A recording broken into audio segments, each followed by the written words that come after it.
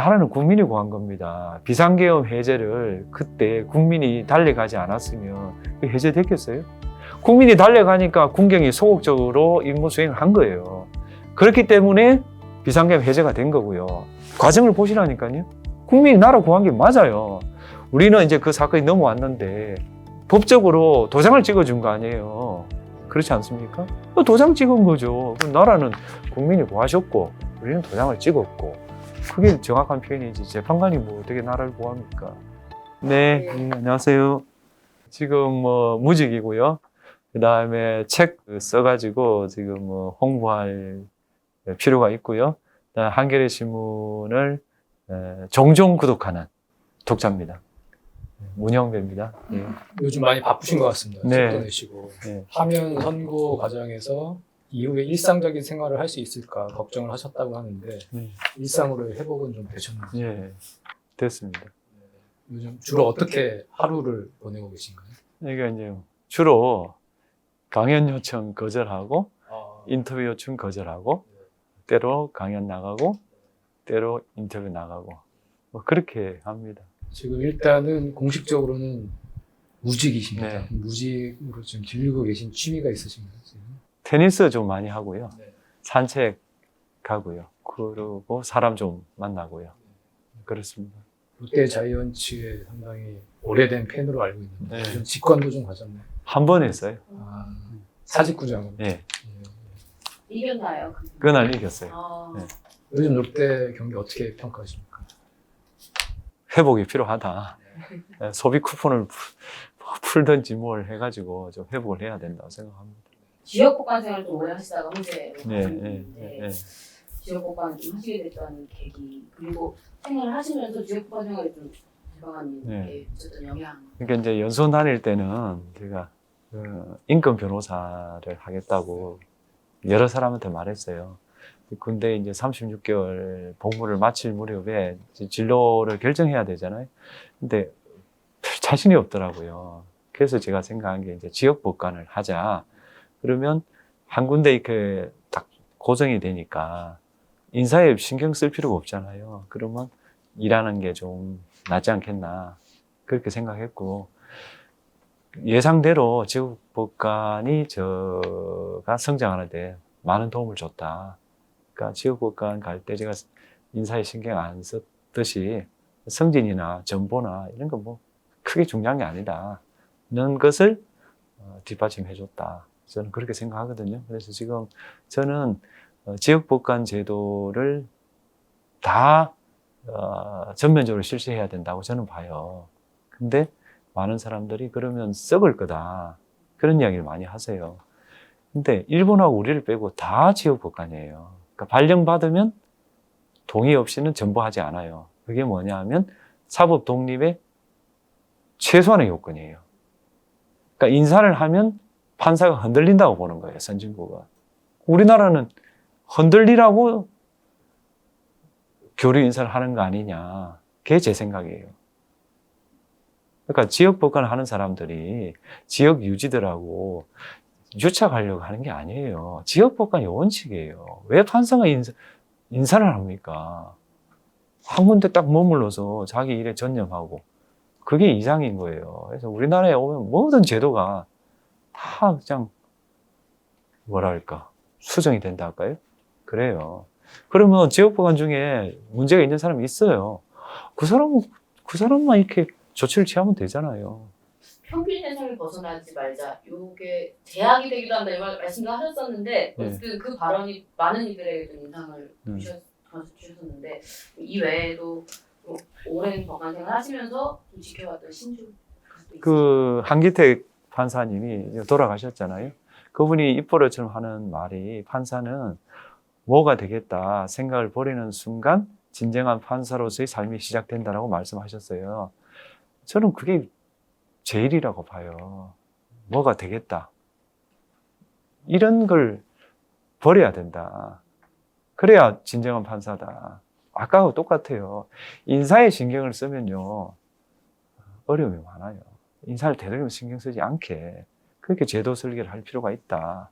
판사가 뭐 인사에 관계없이 소신껏 일해야지. 그거 맞는 말씀인데요. 자, 어떤 사람이 부산에 근무하다가 한 사람은 수원을 가고 한 사람은 또 뭐 어디를 간다. 그러면 수원에 발령받은 사람은 굉장히 고무돼요.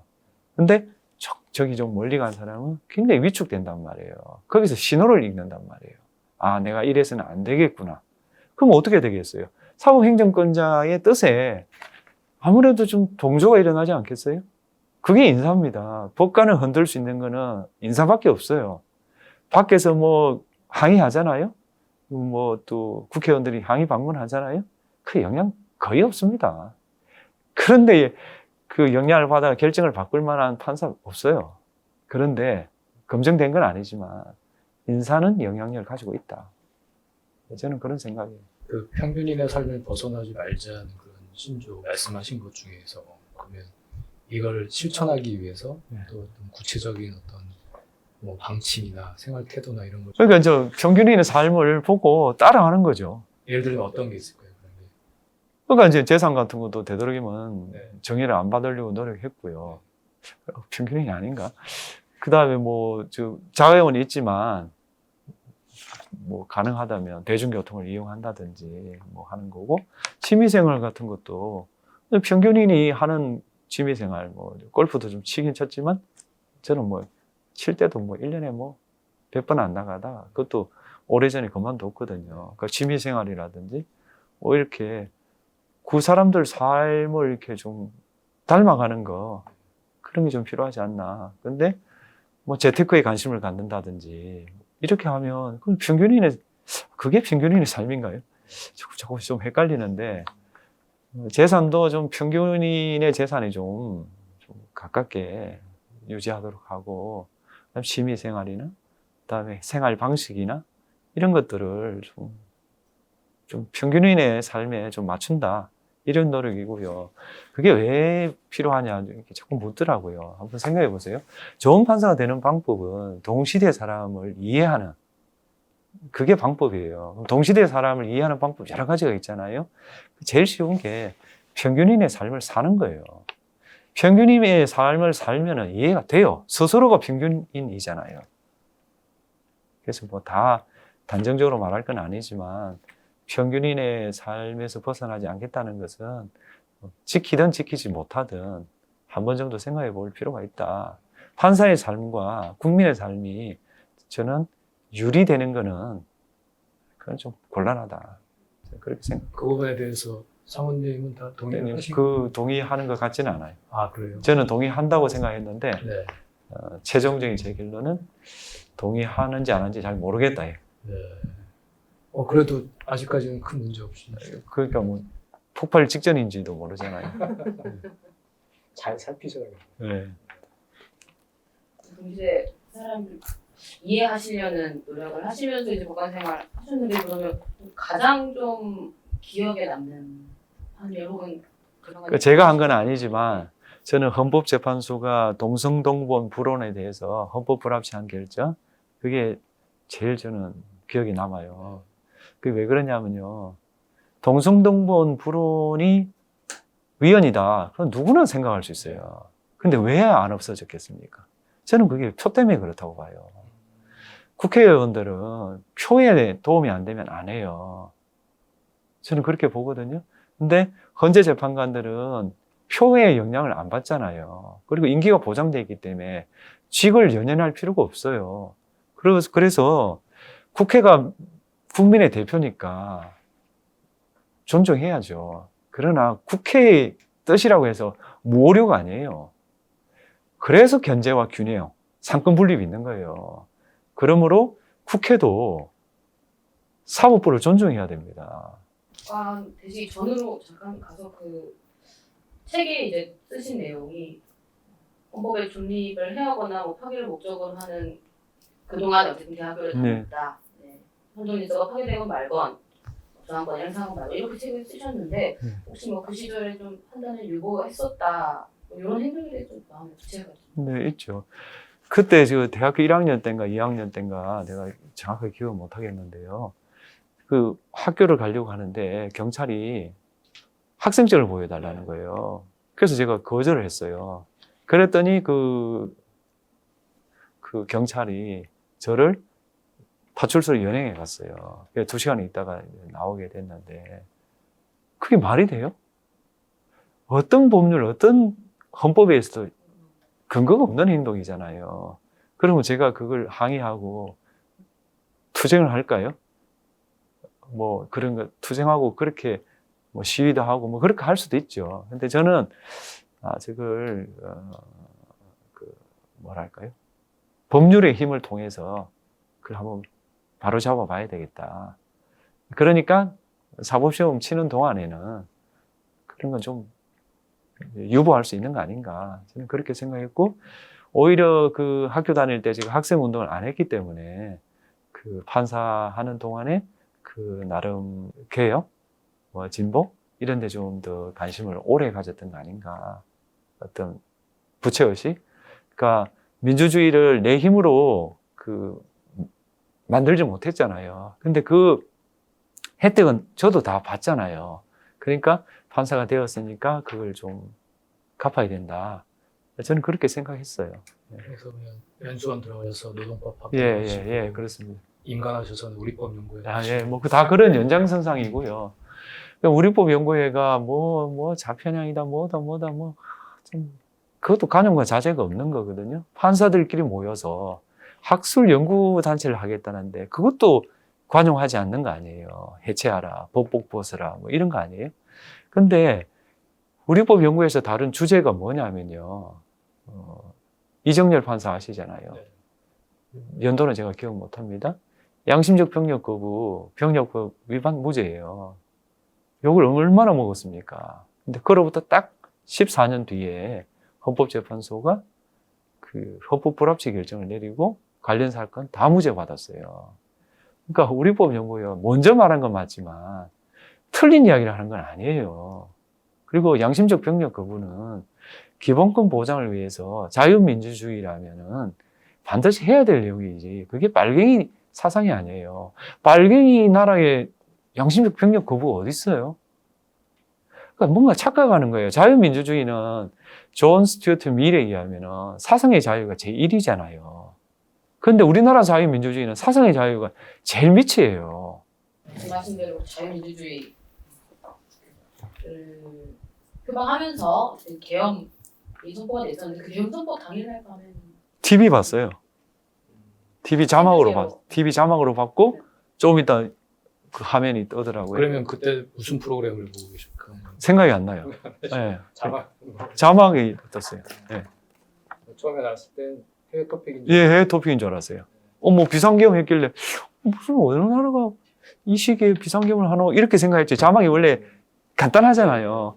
조금 이따 대통령이 뚝 오더라고요. 그러면서 뭐 비상계엄을 뭐 선포합니다. 이게 현실인가 꿈인가 그 생각했어요 그때. 드라마인가. 그러면서 계속 TV 네, 계속 봤죠. 계속 보다 보니까 그때 뭐 재판관 한 분이 우리도 모여야 되는 거 아니냐. 대법원은 모이고 있다. 뭐 그런 말 해요. 그래서 물어봤어요. 모이고 뭐 하실 건데 하니까 뭐 딱히 할 건 없대요. 그럼 내일 봅시다 했죠. 그래가지고 이제 1시 뭐 2분인가? 그때 비상계엄 해제가 됐잖아요. 그러고 잤죠.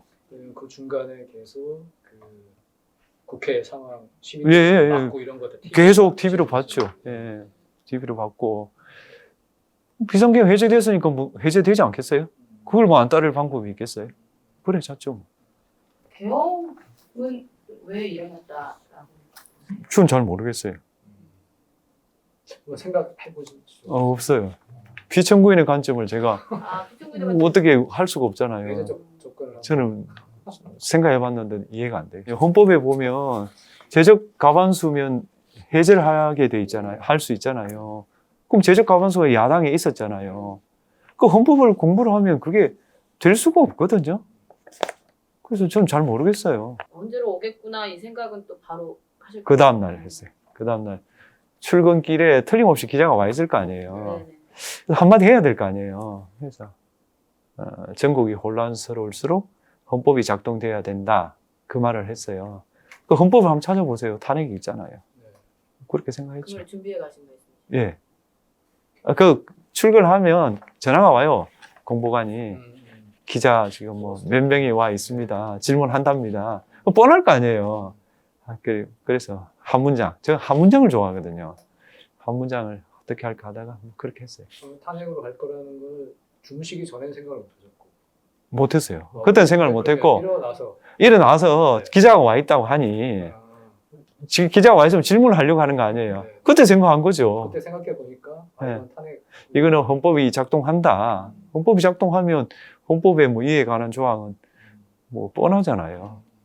김정은 선생님 만나셨을 때 만장일치를 만들어 보고자 했다 그 말씀하셨었는데 그거는 좀 가장 어려우셨던 가장 어려운 거는 국회의원들이 언제 항의 방문하는 거죠. 소장 권한대 면담하자. 그럼 또 제가 또 거절 사유를 또 생각해야 되잖아요.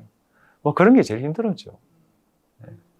네, 저도 이제 옛날에 그 박근혜 탄핵 때랑 생각을 해보면 그때랑 비교하면 보안이 엄청나게 잘 지켜진 것 같아요. 네. 네, 그래서 아무리 생각해도 이거는 탄핵 인용인데 사람들이 엄청 불안해하고 의원들도 그렇게 하고 약간 그런 측면이 좀 있었던 게 아닌가 싶습니다. 보안은 잘 지켜졌다고 생각하고요.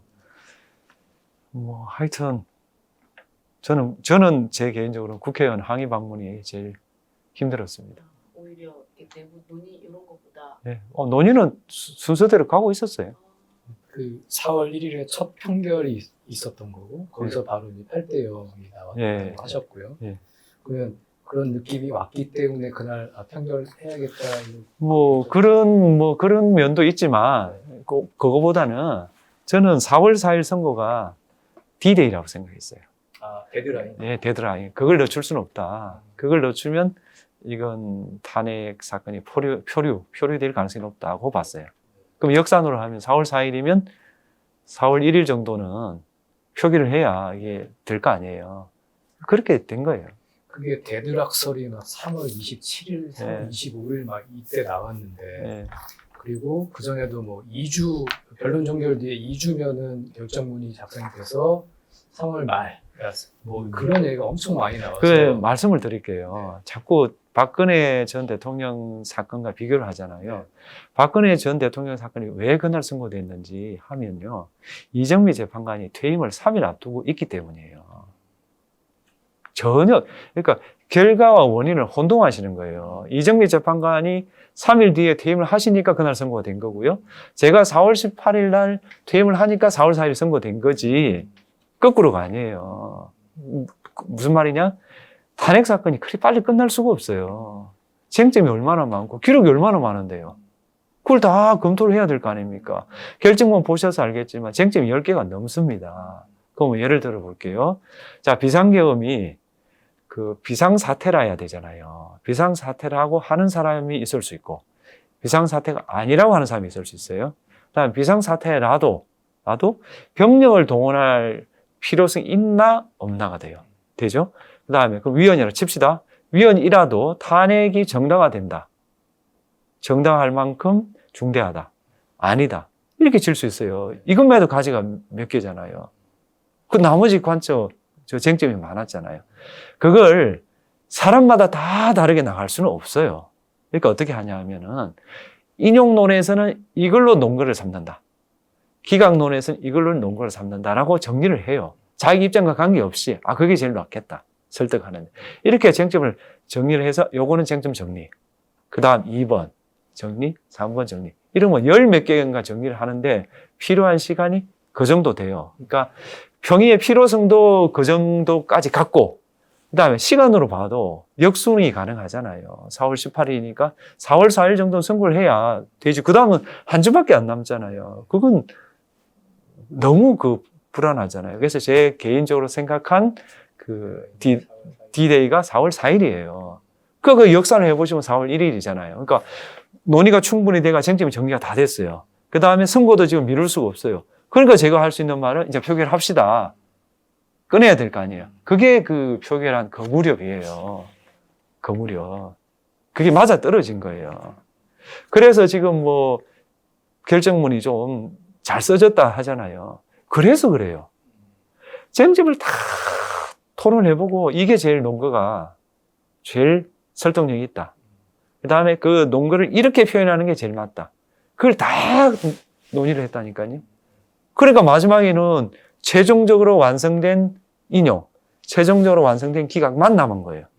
다 떨어져 나가고요. 그러니까 선택지가 2개밖에 없는 거예요. 그러고 이제 표기를 하는 거예요. 표기는 아시다시피 친입부터 먼저 하는 거 아니에요. 쭉쭉쭉 하니까 인용 8명. 8대요. 이거예요. 이거와 배치되는 거는 제3자적 관점에서 추정하는 거예요. 그렇게만 말씀드릴게요. 그러니까 어쨌든 대통령 탄핵 사건 중요한 사건이고 쟁점도 복잡하고 또 매우 정치하게 접근해야 되기 때문에 엄청나게 많은 시간을 투여해야 되는 거고 그렇기 때문에 박근혜 대통령 탄핵도 이정미 대행의 이제 3일 전 마지막까지 가고 이것도 마지막까지 가는 거예요. 그러니까 이정미 재판관님 그 결정문은 제가 알기로 선고 직전에 완성되는 걸 알아요. 네, 저희도 새벽에 나왔어요. 그러니까 이정미 재판관이 정신이 하나도 없는 거예요. 그러니까 헤어로를 말고 출근한 거예요. 근데 저는 헤어로를 안 꽂았잖아요. 그 말은 뭐냐? 저는 아주 냉정한 상태에서 선고를 한 거예요. 그 말은 뭐냐? 논의가 충분한 거예요. 이정미 재판관 제가 추측이에요. 논의가 서둘렀을 겁니다. 제 느낌에. 그 시간대에 그렇게 선고가 그렇게 많은 분량이 나오기 어렵거든요. 근데 우리는 다 이렇게 다졌잖아요. 그래서 쟁점만 토론을 한 게 아니라 문구를 토론을 했다니까요. 이 표현을 어떻게 할 거냐? 그건 잘 토론 안 해요. 그건 보통 주심이 쏘면 뭐 좋다. 아니면 좀 더 보완해 주세요. 이렇게 말하지. 문구, 그러니까 문장이 있잖아요. 문장의 단어를 검토를 했다니까요. 예를 하나 들어볼게요. 더불어가 있었어요. 더불어 하니까 어떤 분이 뭐라고 적였냐. 더불어는 특정 정당이 연상되지 않냐. 그래서 또 안으로 바꾼 거예요. 이렇게 고친 거예요. 단어를 토론을 했는데 그게 시간이 그 정도면 엄청 빠른 거 아니에요? 아니, 본인이 한번 생각해보세요. 114페이지짜리 에세이를 한번 쓴다 생각해봐요. 그래도 그 정도 시간 필요합니다. 혼자 써도. 근데 8명이 에세이를 쓰잖아요. 그걸 단일한 문장으로 쓰는 거 아니에요. 보통 그 정도 시간 필요하지 않나요? 단어 하나를 8명이 다 동의. 예, 단어를 동의를 했다니까요. 문장을 동의하는 건 당연하고, 단어도, 이거 거슬린다. 그럼 바꿉시다.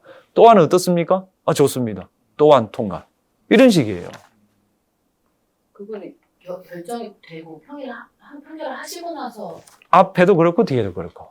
아까 말했잖아요. 인용론을 만들어가는 과정도, 그러니까 논거 정리도 하고, 일단 논거를 푸는 문장도 계속 토론하는 거예요.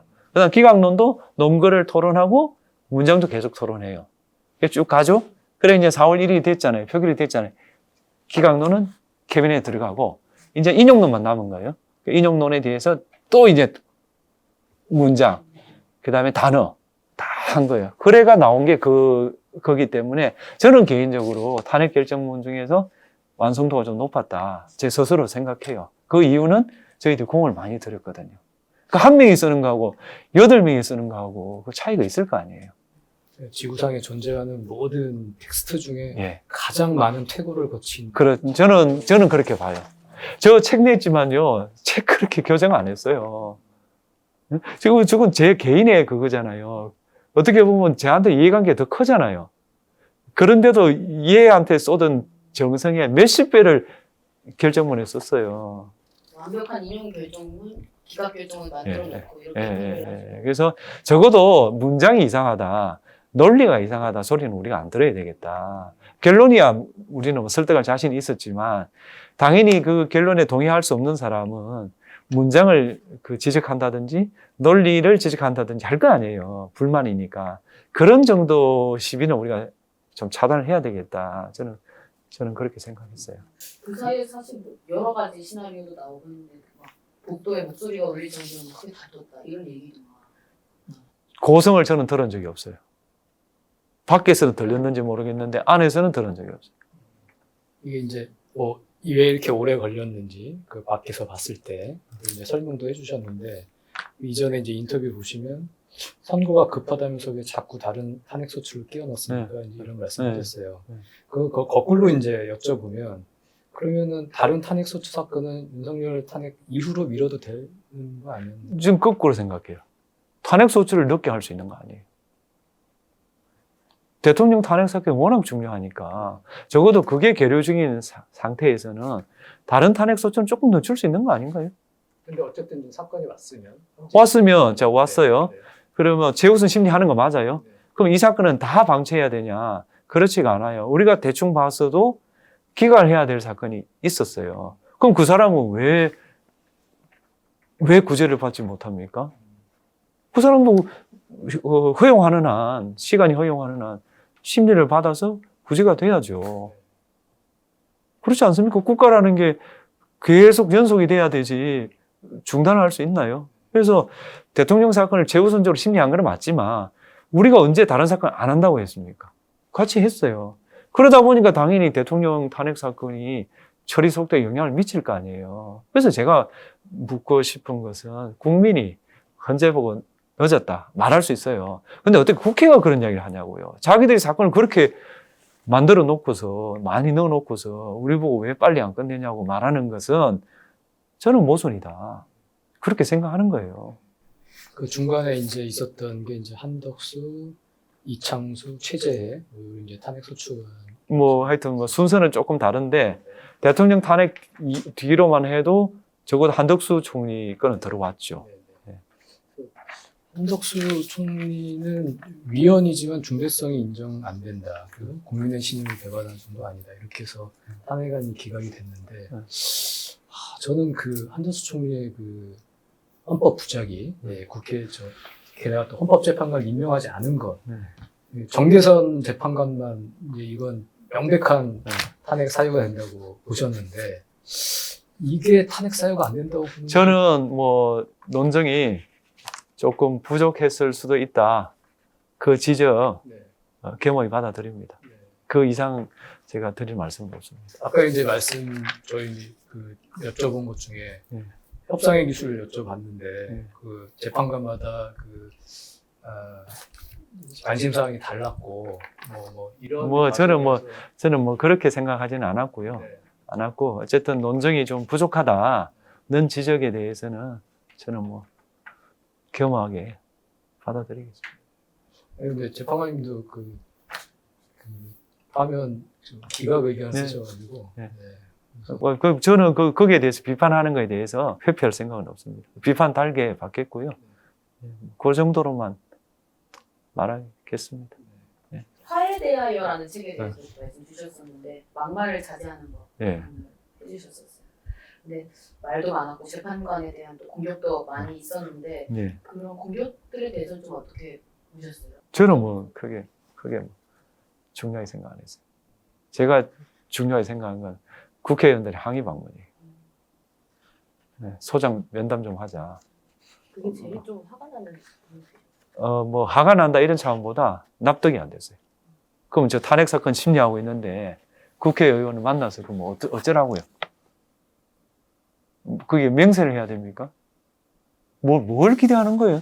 그 다음에 제가 재판에 빠져야 됩니까? 나는 그 이해가 좀 안 돼요. 뭘 요구하는 거고 뭘 노리는 건지 그게 납득이 안 된 거지. 지지층이 뭐 찬성 반대 뭐 욕하고 그거야 뭐 그럴 수도 있지 않겠어요? 저도 이제 현재 취재를 가다 보면은 정말 앞에서 많은 이렇게 소리를 지르고 그게 다 이렇게 방에서 들리죠, 다 들리죠. 화가 나는 순간은 없으셨어요? 그야 뭐 사건이 그런가 보다 하는 거지. 그거 일일이 다 반응하면 판사 생활을 못 합니다. 판사 생활이 극한 직업이에요. 제가 좀 강조하고 싶은데 판사가 뭐 대단한 권력을 누리고 뭐 그렇게 생각하잖아요. 몰라 그런 사람이 있을 수도 있는데 판사가 좋은 판사가 되려고 노력하는 사람에게는 하루하루가 고통이에요. 하루하루가. 생각해 보세요. 제가 1심에서 무기징역을 선고했는데 2심, 3심에서 무죄 난 사건이 있어요. 결국 제가 오판을 한 거잖아요. 제 오판으로 그 사람이 무기징역에서 무죄가 왔다 갔다 한 거 아니에요. 그거보다 더 무서운 직업이 어디 있어요. 보세요. 의사는요. 살려요.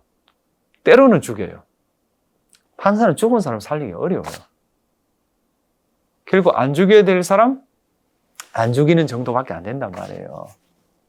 판사가 훨씬 더 위험한 직업이에요. 제가 볼 때는. 생사람을 잡을 수 있잖아요. 아까 그 같은 경우에 무기징역을 선고했잖아요. 그럼 그게 그 사람한테 그게 회복이 돼요? 그러니까 이게 하루하루가 고통스러운 직업이 판사고, 그럼 그걸 견디는 건 뭐냐면 그 자긍심 같은 거거든요. 근데 그걸 무너뜨리면 안 돼요. 밖에서 막 여론에 뭐 비판을 하는 건 좋은데, 대다수 법관의 그 자긍심을 무너뜨리면 그건 성공할 수 없어요. 어떤 사법개혁제도도요, 성공 못 합니다. 대부분의 판사들은 제가 볼 때 문제가 별로 없어요. 일부 문제 있어요. 그럼 그걸 딱 이렇게 딱 한정해서 그에 적합한 대책을 세워주면 되잖아요. 판사 일반을 그렇게 좀 공격하는 거, 그건 좀 바람직하지 않다고 봐요. 가장 좀 교정문에서 장관님에게 마음에 남았던 문구가 있으세요? 예, 이게요, 다른 그 유튜브에는 다른 구절을 말했으니까, 네네네. 여기에 맞는 구절을 말하겠습니다.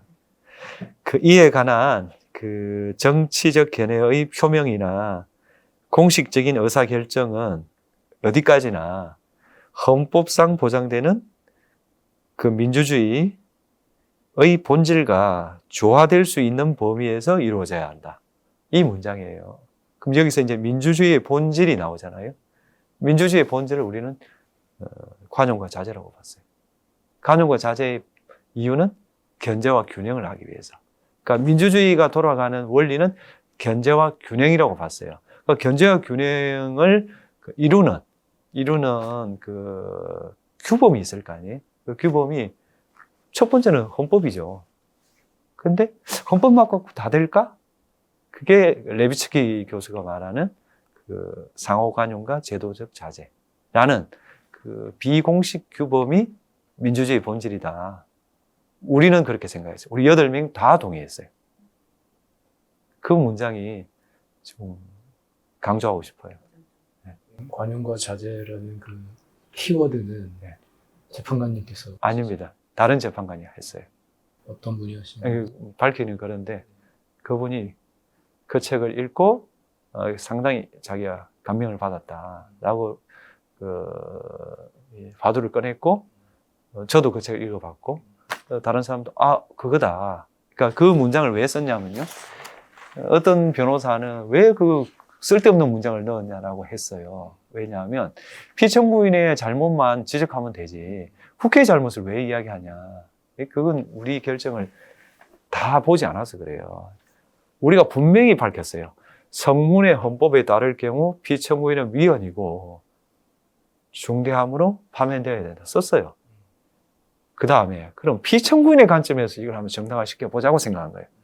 피청구인은 국회의 잘못이라고 해요. 국회의 잘못이 있다. 근데 그건 정부와 국회 사이의 그 대립은 일방의 책임에 속한다고 보기 어렵다. 이는 민주주의 원리에 따라 조화되고 해소되어야 할 정치 문제다라고 봤어요.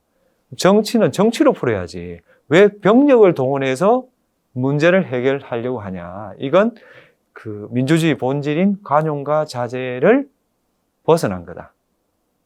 따라서 당신은 민주주의를 배반했다. 그러므로 파면이다. 다시 말하면 이렇게 봐도 파면이고 이렇게 봐도 파면이다. 이게 완전하지. 이렇게만 보면 파면이다. 나는 저거 주장하는데 그건 내가 판단 안 하겠다. 불완전하지 않아요? 모든 쟁점, 모든 관점에서 봐도 당신은 파면이다. 이게 완전한 거 아니에요? 나는 그 비판이 우리 결정문을 읽어보고 하는 소리인지 저는 이해가 안 됐어요. 그리고 그 문장을 넣은 이유가 있어요. 우리가 이게 지금 탄핵 사건이 자꾸 되풀이게 되는데 우리가 새 정부에서 어떤 정부와 국회 사이의 관계에 대해서 헌법적인 좀 규범을 좀 설명하는 게 좋지 않겠냐 라는 의견이 나왔어요. 그것도 좋다. 그게 뭐냐? 그건 역시 관용과 자제였어요. 그러니까 새로운 정부가 탄생하면 그 정부와 국회 사이에 관용과 자제를 전제로 대화와 타협을 해야 된다. 그게 민주주의다. 라고 써자. 라고 한 거예요. 제가 지금 강연을 하고 인터뷰를 하고 그 말 하잖아요. 제가 그냥 개인 생각을 말하는 게 아니에요. 우리 평의 과정에서 그렇게 논의가 됐고 그걸 결정문에 실었어요. 근데 그게 의미가 충분히 엄미가 되지 않더라고요. 그냥 파면이라는 주문만 신경을 쓰지 왜 이 문장을 썼을까가 주목을 하지 않더라고요. 그래서 제가 그 강조하는 거예요. 관용과 자제는 이 정부 하에서도 필요합니다. 그러니까 이 정부, 그러니까 국회 다수파가 점한 행정부와 예, 예. 의회 권력까지 점한 이 다수파 네. 정부가 소수파 야당도 그렇습니다. 포용하고 예, 그러니까 정부와 국회잖아요. 정부와 국회인데 국회는 다수당으로만 구성이 되어 있지 않거든요. 오히려 국회가 운영되는 건 소수당을 어떻게 대화의 테이블에 넣고 대화와 타협을 하느냐 이거 아니겠어요, 국회. 그러니까 그런 국회를 운영하는 원리, 다음에 정부와 국회의 관계를 규정하는 원리가 똑같다. 관용과 자제다라고 생각했어요. 이게 새 정부 향후에 예. 새 정부한테까지 이게 보내는 메시지라고까지 받아들이긴 좀 어렵습니다. 그래서 지금 제가 말하는 거예요. 자, 오해하지 마실 것이 우리가 그 탄핵을 선고했을 때는 대통령이 누가 될지 몰라요. 그렇죠. 예, 우리는 그 이른바 원시 상태에서 말하는 거예요. 어떤 정부든 국회의 관계를 관용과 자제로 풀어야 됩니다. 그래야 민주주의 본질에 부합합니다. 우리의 이 오랜 고민을 좀 잘 헤아려 주십시오라는 게 거기 들어 있습니다. 근데 파면이 되고 나니까 그 결정문을 안 읽는 거예요. 파면으로 끝났으니까. 그래서 제가 무직인 제가 강연을 통해서 우리가 생각했던 민주주의는 이거다라고 말을 하고 그 원리는 이 정부 하에서도 적용되어야 된다라고 말하는 거예요. 제가 전혀 정치하려고 하는 게 아니에요. 탄핵 결정문을 제가 말하자면 일타 강사처럼 해설하는 거예요. 네. 그러니까 제가 강조하는 점은 그러니까 이게 옳다 그러다가 아니라 우리가 탄핵 결정문에 실은 이 문장의 뜻이 이겁니다. 그건 제가 장담할 수 있어요. 사실 탄핵을 좀 마지막으로 해서 퇴임하셨다 보니까 가장 주목받는 결정인 네. 건데 그 외에도 좀 재판관님이 특별히 좀 기억에 남는 결정. 기후위기 사건이에요. 기후위기 사건의 제 문장이, 제가 쓴 문장이 제법 있어요. 저는 이제 둘 다 위헌을 주장했고, 법정 의견은 하나만 위헌 아니에요. 그러니까, 우리가 좀 주문을 만들지 못한 위헌 부분이 있어요. 그 부분을 정말 공들였었어요. 그래서 그게 내 인생 작품이다. 라고 생각했어요. 근데 이 사건이 들어온 거예요. 지금 그건 헌법 불합치 상태에서 예. 달라진 건 없는. 헌법 불합치에서 아마 빨리 그걸 행정계획을 법률을 개정을 해야 될 거예요. 근데 그거는 시간이 조금 있어요. 근데 우리가 위헌으로 하려고 했던 부분은 행정계획을 위헌으로 해야 된다고 봤어요. 그건 하는 순간 바로 해야 돼요. 2025년에 우리가 그 감축 목표를 제시를 해야 되거든요. 그러니까 올해 내에 그걸 시정해야 될 그 부분을 우리가 위헌을 했거든요. 근데 법정 의견은 그 부분은 아니고 조금 여유가 있는 법률을 개정하는 거기 때문에 그 탄핵 기후위기 사건의 어떤 절실함이 좀 덜 반영됐다. 우리 결론에 따르면은 지금 당장이에요. 근데 법정 의견은 되도록이면 빨리 해라 이거예요. 그래도 이제 곧 1년이 되는 것 같은데 아마 아직까지도 국회에서 어떤 반응이 없는 거잖아요. 그러니까 헌법 불합치 결정에 대해서 좀 미진한 그런. 네. 그래서요 이게 국민의 대표다. 국민의 대표인데 왜 사법부가 국민의 대표의 뜻을 잘 안 따르냐 이러잖아요. 저는 이렇게 묻고 싶어요. 헌법 불합치는요 주권자의 위임에 따른 헌법적인 결단이에요. 법을 고쳐라고 했잖아요. 그럼 고쳐야 되잖아요. 안 고친 법이 엄청 많아요. 그건 헌법에 대한 저는 존중이 아니라고 봐요. 그러니까 적어도 우리가 그 이야기를 하려면요. 조금 균형 잡힌 시각으로 좀 봤으면 좋겠어요. 계속 국민의 대표 이야기만 하잖아요. 우리는 헌법이 부여한 적어도 사법권에 관해서는 국민을 대표하는 사람이에요. 사법부는. 왜 헌법을 안 보세요? 헌법에 어디 헌법위원 결정이 나면 법률을 고치라고 돼 있지. 응? 헌법에서 헌재해설위원이 나더라도 고쳐도 되고 안 고쳐도 되고 그런 문구가 어디 있습니까? 그건 주권자의 뜻입니다. 그래서 저는 그 헌법전이 있어요. 헌재가 만들어낸 자그마한 책. 그 책을 읽는 어떤 행사를 할 필요가 있다. 네. 어떤 단위든. 그런 생각이에요. 헌법에서 좀 가장 좋아하시는 종이 헌법 10조예요. 10조요. 네. 그 모든 국민은 인간으로서 존엄과 가치를 가지며 행복을 추구할 권리를 가진다. 국가는 개인이 가지는 불가침의 인권을 확인하고 이를 보장할 의무를 진다. 이 문장. 그게 제일 와닿아요. 국가의 존재 이유가 거기 다 있잖아요. 그러니까 국가가 있어서 국민이 있는 게 아니라 국민이 기본권을 보장하기 위해서 국가를 만든 거잖아요. 그게 우리가 아는 존 로크의 사회계약설 아닙니까? 그에 따르면은 개인이 먼저고 국가가 나중이에요. 그래서 저는 헌법 10조를 헌법 1조로 옮겨야 된다고 생각해요. 그 다음에 대한민국 민주공화국이다. 이렇게 돼야 돼요. 그러니까 국민이 먼저고 국가가 나중이다. 그게 저는 맞다고 봐요. 그렇게 하는 나라가 독일이에요. 그래서 선진국은 그 국민소득이 높아서 선진국이 되는 건 아니다. 생각이 다르지 않습니까? 프랑스는 지방분권 국가다라는 조항을 갖고 있어요. 다르지 않습니까? 우리는 행정수도 국회가 3분의 2 찬성해가지고 통과시키고 대통령 후보가 그걸 공약을 걸고 당선되었음에도 불구하고 헌재가 무슨 잘 납득되지 않은 이유로 위헌 결정했잖아요. 그 바탕이 뭐냐? 우리 그 마음속에는 지방분권에 대한 그게 약해요.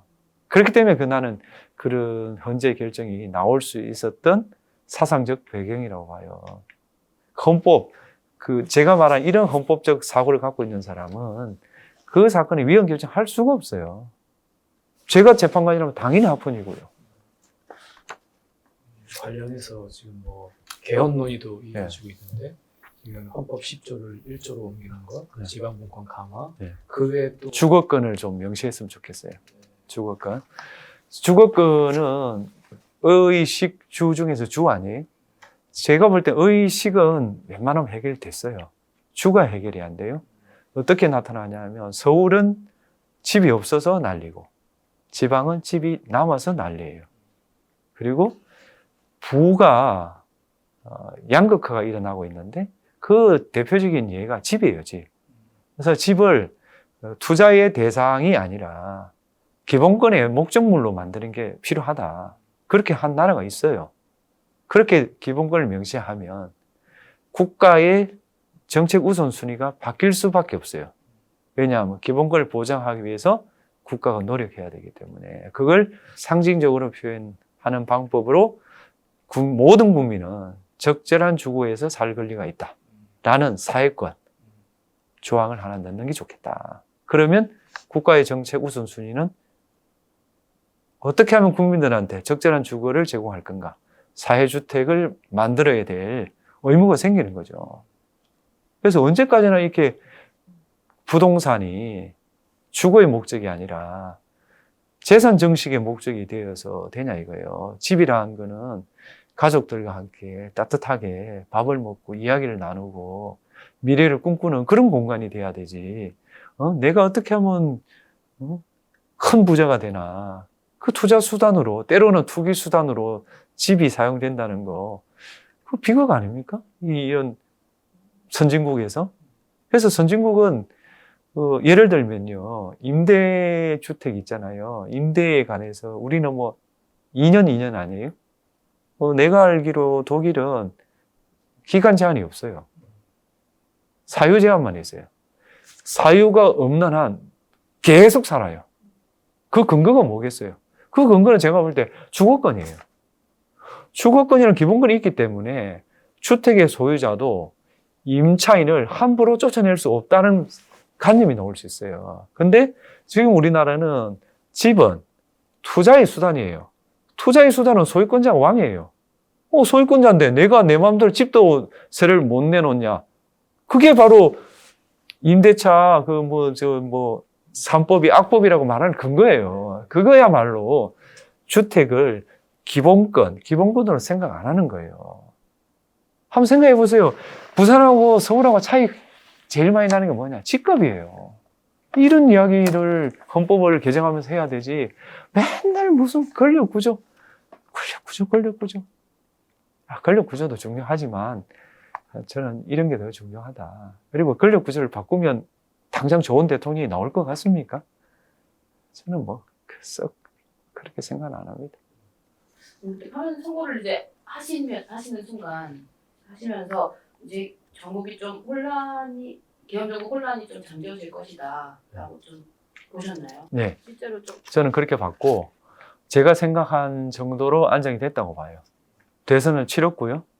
대부분의 정당이 대선에 참여했잖아요. 대선에 참여했다는 거는 논리 필연적으로 탄핵을 받아들인 거예요. 탄핵을 받아들이지 않으면 대선에 참여하면 안 돼요. 그거는 논리적으로. 그 다음에 시위가 현저히 줄었어요. 생각해 보세요. 탄핵 선고 전에 우리가 신변의 위협을 느꼈잖아요. 일상이 불안했잖아요. 지금 광화문에 편안하게 걷잖아요. 전국은 안정되었다. 지금은 제가 볼 때는 민생 회복을 누가 하냐, 사회 통합을 누가 하냐 싸움이에요. 국민이 판단할 거다. 상대 정당에 대해서 이야기할 필요가 없어요. 우리가 민생을 회복하고 국민을 통합시키면 그 정당은 계속 집권해요.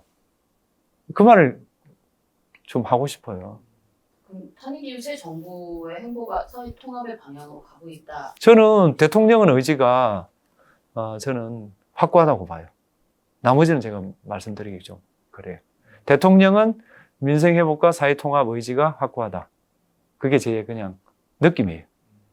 예를 들면은 송미령 장관을 유임시켰다든지, 그리고 좀 이렇게 첨예한 논쟁이 붙었을 때 그걸 좀 밀어달라라고 하셨잖아요. 얼마 전에. 그런 거라든지 걸 볼 때 대통령의 의지는 저는 확고하다. 그냥 잘 모르지만 그런 느낌을 받았어요.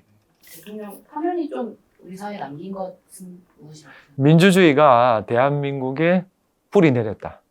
가지를 친다고 나무를 흔들 수는 없다. 1980년으로 돌아갈 수 없다.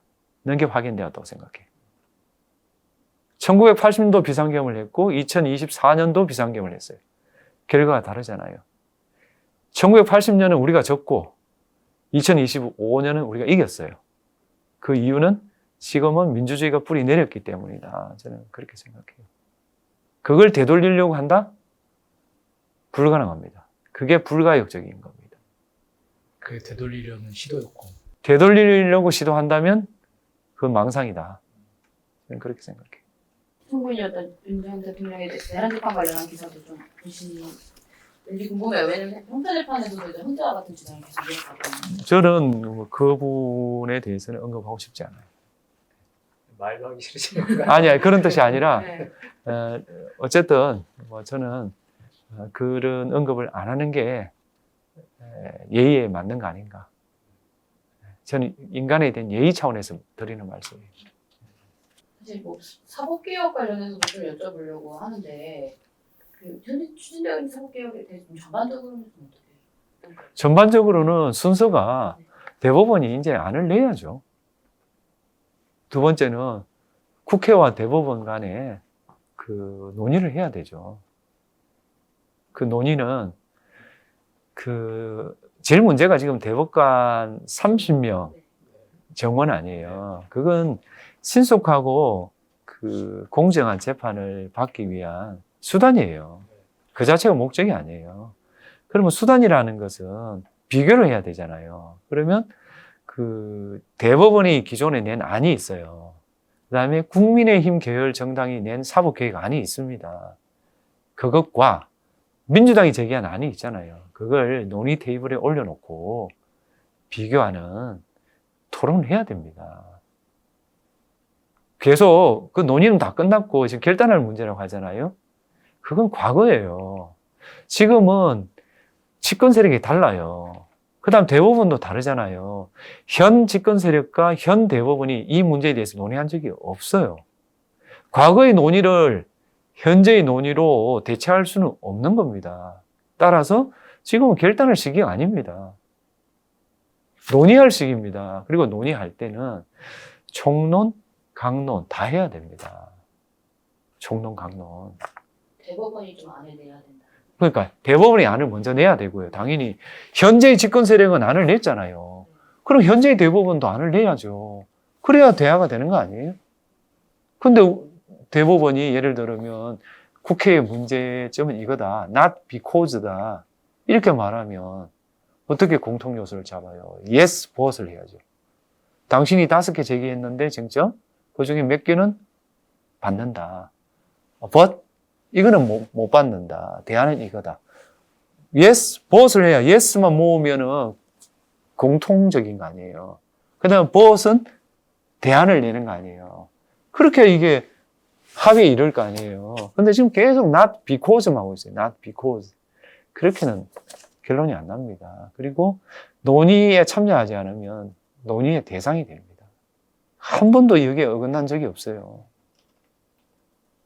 논의에 참여를 안 시키려는 것도 있지만 논의에 참여도 안 하려고. 예, 논의에 참여도 지금 미지근하지만 대법원도 저는 의지가 조금 약하다. 논의에 뛰어들어야 됩니다. 뛰어들고 누굴 상대로? 국민을 상대로. 왜 국민을 못 믿습니까?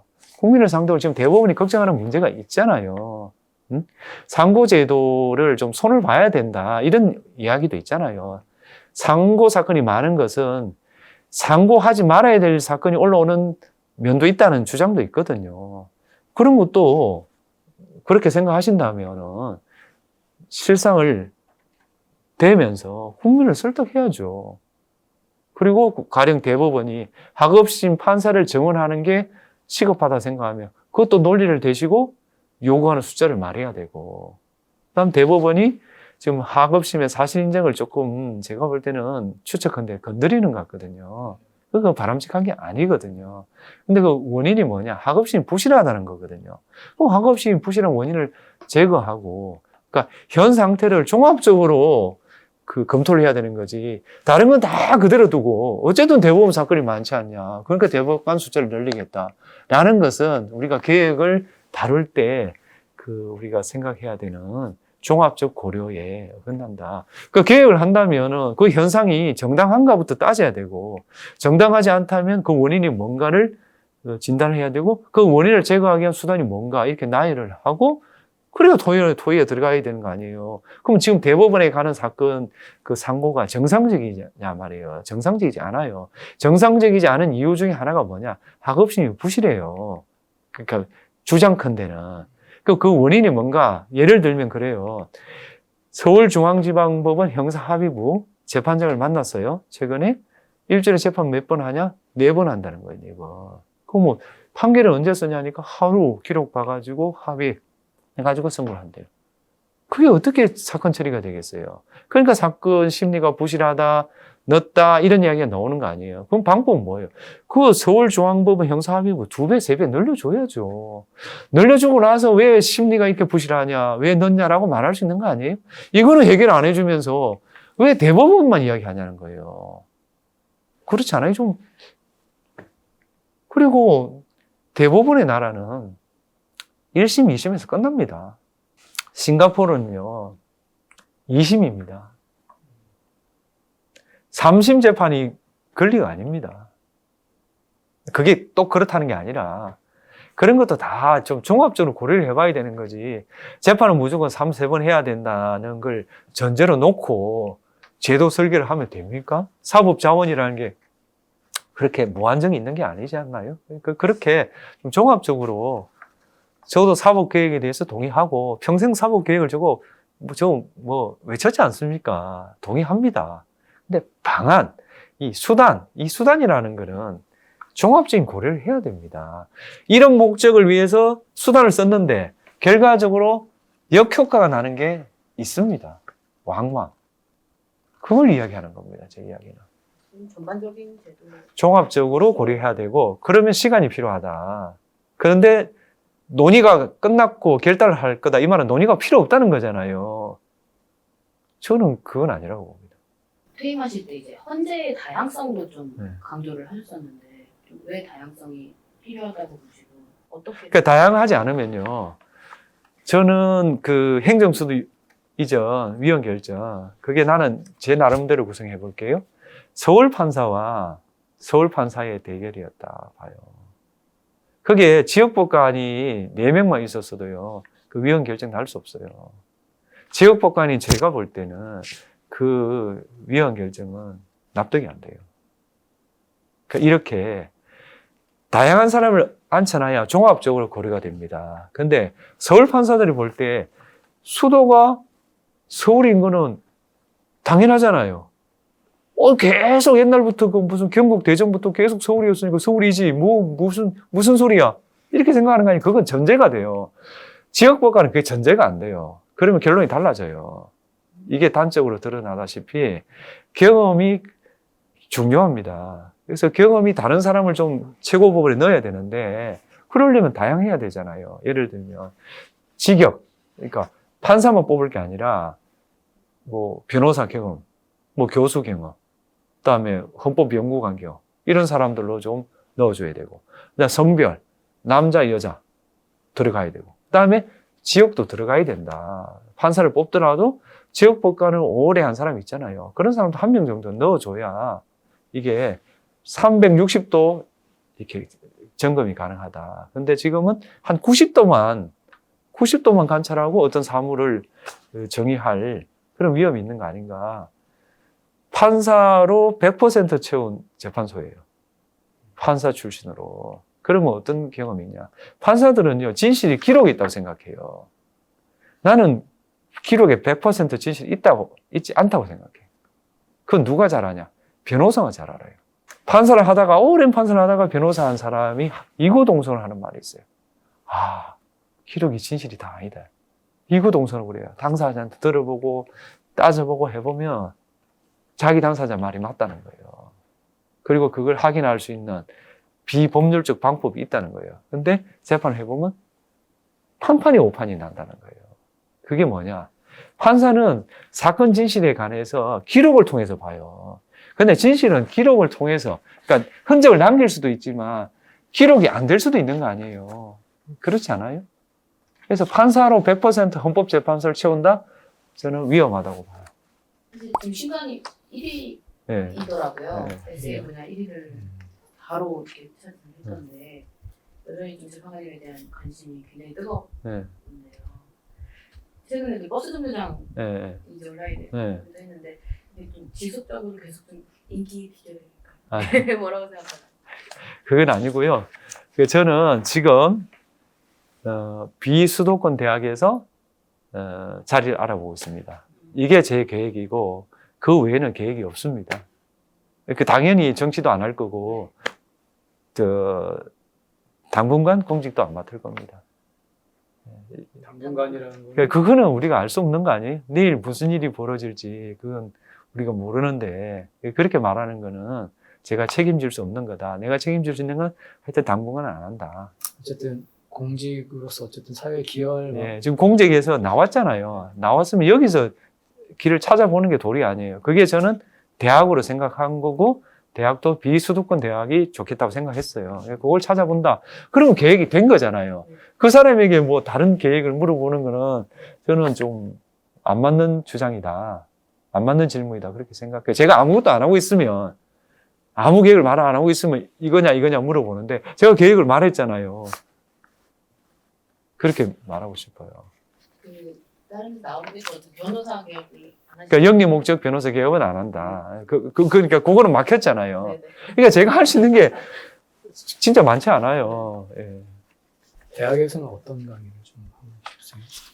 그냥 법을 좀 이렇게 쉽게 좀 설명해서 법의 정신이 법정뿐만 아니라 좀 사회에 좀 전파됐으면 해요.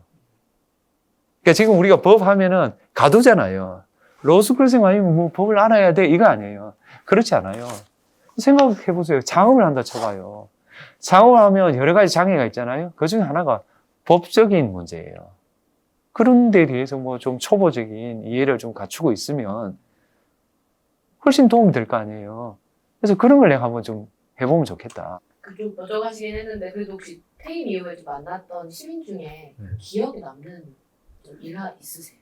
아까 뭐 저 인터뷰하러 갔는데 배달하시는 분이 이렇게 모자를 벗더니 재판관님 나라를 구하셨습니다. 그 인사를 했어요. 그래서 내가 나라는 국민이 구했고 재판관은 도장만 찍은 거 아니냐.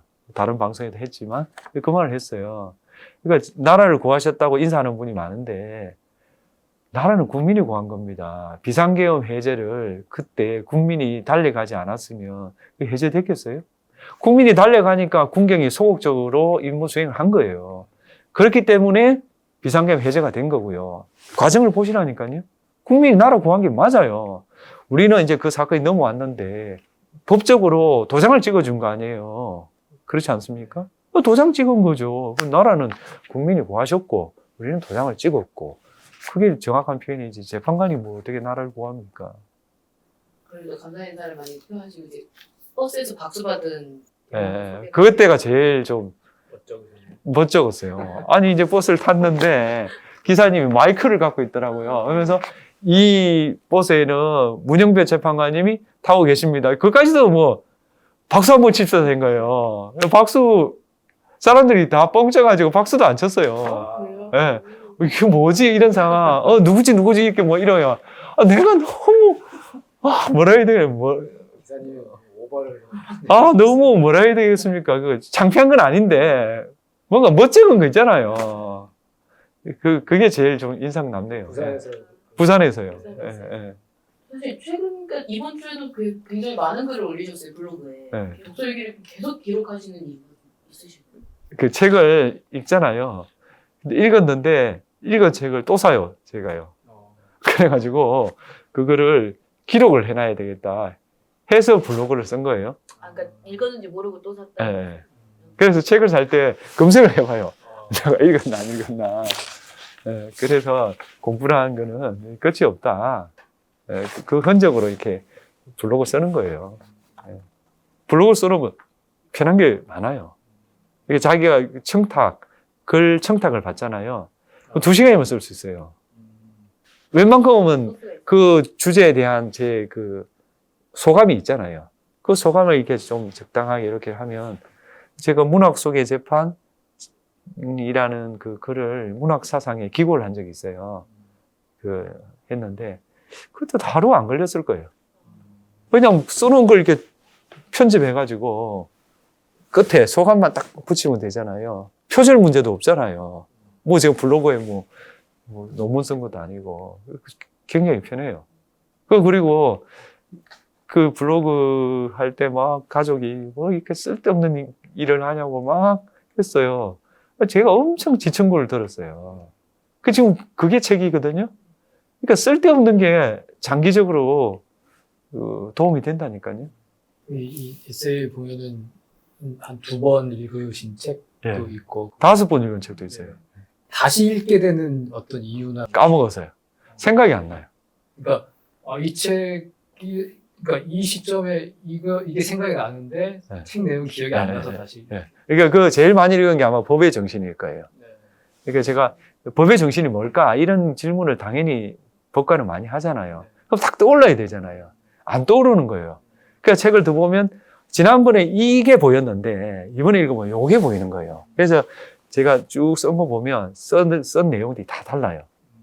그러니까 읽을 때마다 그게 강조점이 달라지고 그러다가 좀 생각이 좀 정리되면 좀 길게 써요. 그게 뭐냐 하면 레 미제라블 제가 서평을 썼고 거기 있는데 이건 제 자랑 좀 하겠습니다. 자기가 레 미제라블 독후만 본 것 중에 제일 잘 썼대요. 그건 제가 생각을 정리를 했거든요. 그러니까 어떻게 이걸 5권 아니에요? 5권을 어떻게 정리할까? 제가 생각한 게 주인공을 연결해보자. 그래서 그 주교님, 그 다음에 장발장, 자베르, 그 다음에 판사. 이 판사는 가상의 판사예요. 이렇게 제가 가상을 해본 거예요. 그래서 밀리에로 주교인가 뭐 그렇죠. 그 주교가 은혜를 베풀었잖아요.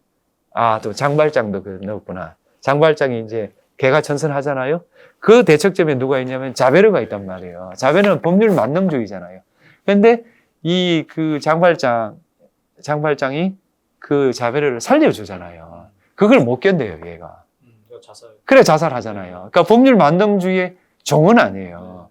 그러니까 주교가 이기는 거 아니에요.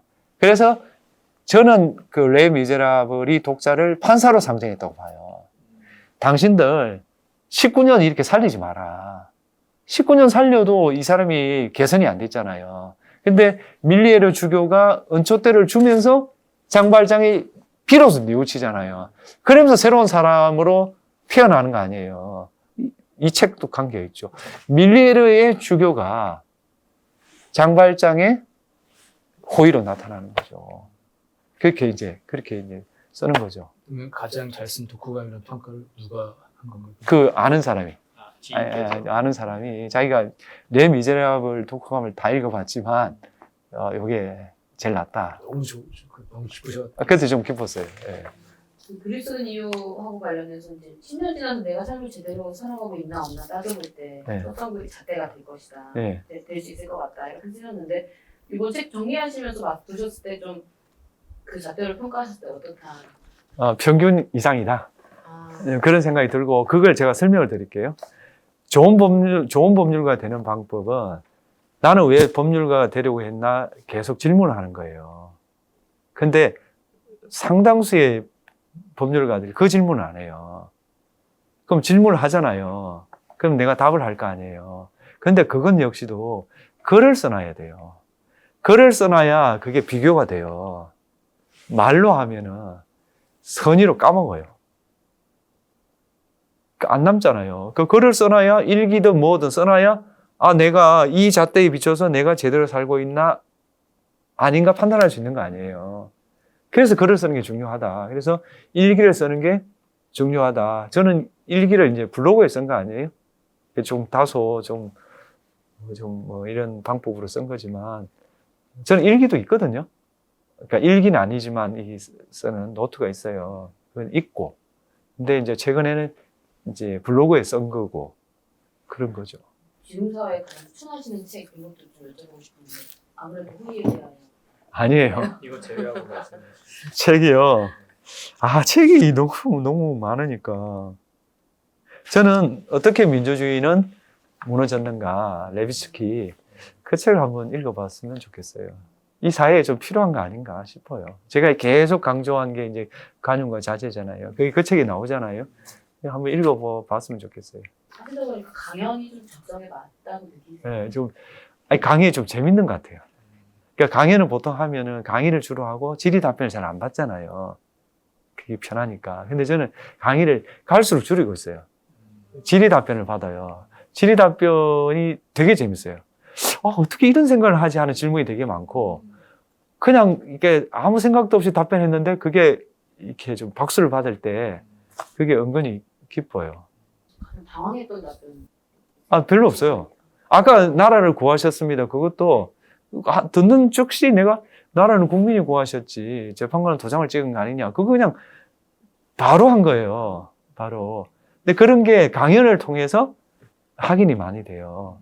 그게 재밌어요.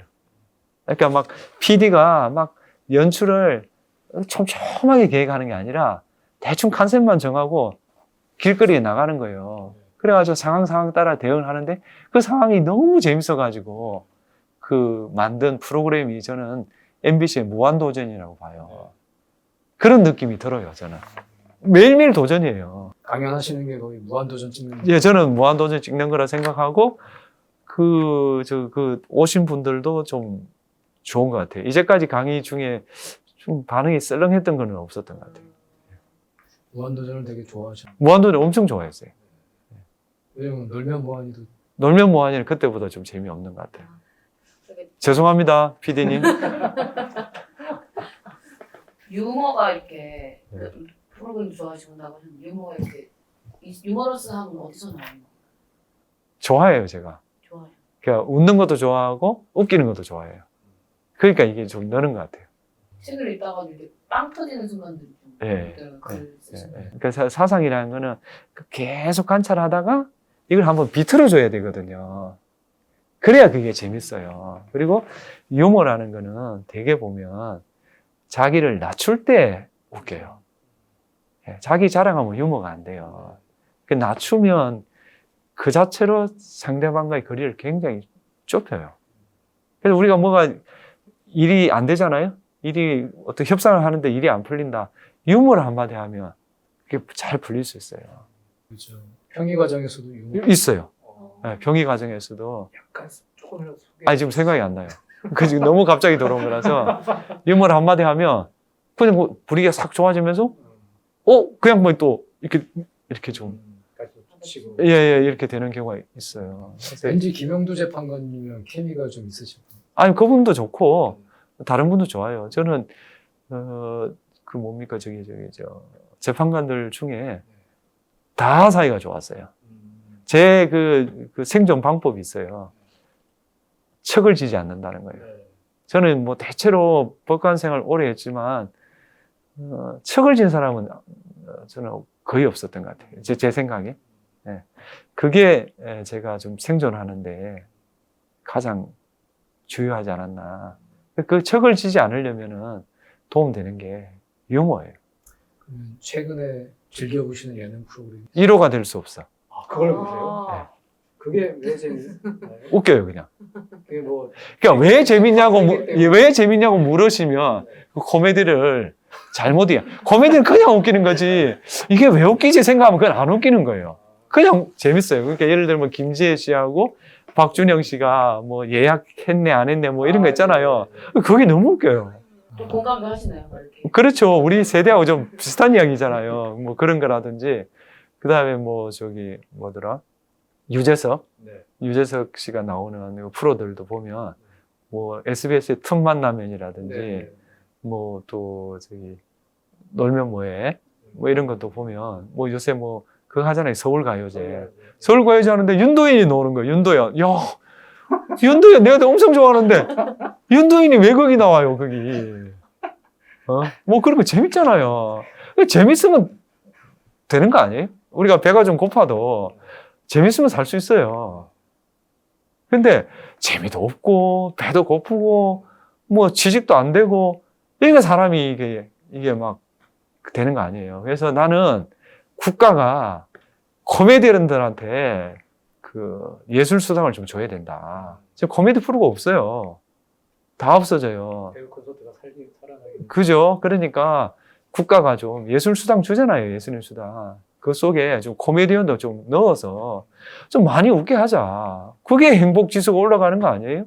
우리가 좀 못 살아도 좀 웃고 또 따뜻하게 가족 만나고 이렇게 좀 됐으면 좋겠어요. 재판하시면서도 그런 힘드신 순간마다 좀 그런 걸 예. 제가 지금 유튜브에 나오는 이유 중에 하나도 재밌잖아요. 그럼 뭐 의미 이런 거 필요 없고 재밌는 거 아니에요? 그럼 조금 있으면 재미없을 거예요. 그러면 제가 안 나올게요. 걱정하지 마세요. 제가 뭐 이거 생계 수단으로 하는 거 아니니까 재미없으면 안 할 거니까 지금 제가 조금 방송마다 되풀이 되는 게 있거든요. 네, 압니다. 알고 조만간에 안 나올 거니까. 가족분들은 강연 별로 이렇게 나가지 말라고. 강연은 나가라고 그래요. 가족들이 나가지 말라는 거는 방송이에요. 신문도 괜찮대요. 방송을 좀 나가지 마라. 특히 생방송. 어떨지 모르니까. 내가 지켜본다. 가족 이야기 하지 마라. 가족 이야기 하지 마라. 가족 이야기 하는 거 아니다. 이렇게 해요.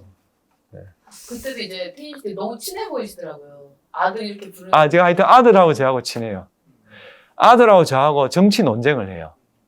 그래서 제 아들이 친구들한테 너는 아버지하고 정치 이야기를 하나 이랬어요.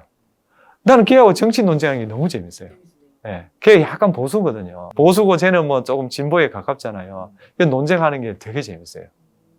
그래서 이 사람을 보수의 농객이라 생각하고 내가 말이 됩니까 그게?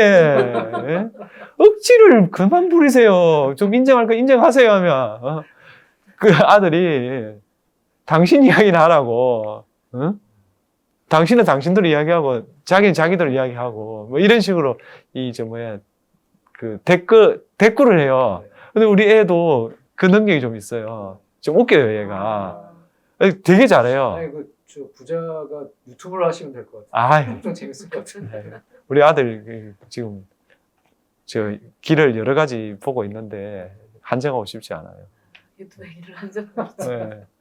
알겠습니다. 오늘 혹시 저희가 준비한 질문 중에 네. 이건 꼭 얘기하고 싶었는데 예, 한겨레 신문이 국민들이 그 참여해서 만든 소중한 신문이잖아요. 예, 한겨레 신문이 영속하는 거, 이거는 우리 민주주의가 그 얼마나 확고한가, 예, 그 잣대라고 봐요.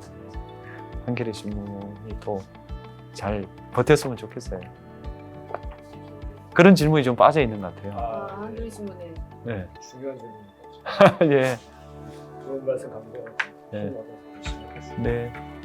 오늘 감사합니다. 네, 감사합니다.